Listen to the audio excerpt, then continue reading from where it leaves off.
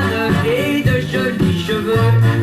Elle était si gentille qu'en passant chaque matin, sans le vouloir, la belle fille faisait de nombreux dégâts. Des jeunes, des vieux, mais plus curieux.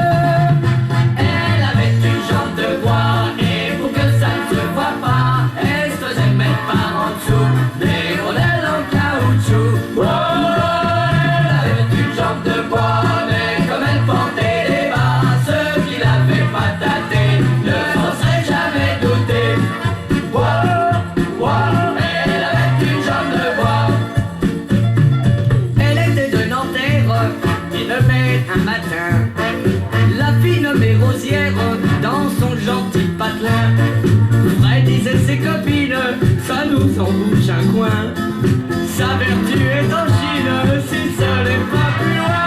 C'était pas vrai, preuve en était. Elle avait une jambe de bois et pour que ça ne se voit pas, elle se faisait même par en dessous des rondelles en caoutchouc. Oh, elle avait une jambe de bois, mais comme elle portait des bas, ceux qui l'avaient pas tâté ne s'en seraient jamais doutés. Bois, bois, elle avait une jambe de bois. Au bal après la fête, en robe de satin blanc, elle danse à la liquette, c'était vraiment charmant. Pour finir la soirée, vers minuit, moins quart, elle fit la chaloupée, la gigue et le grand écart. Mais sapristi, tout le monde le vit.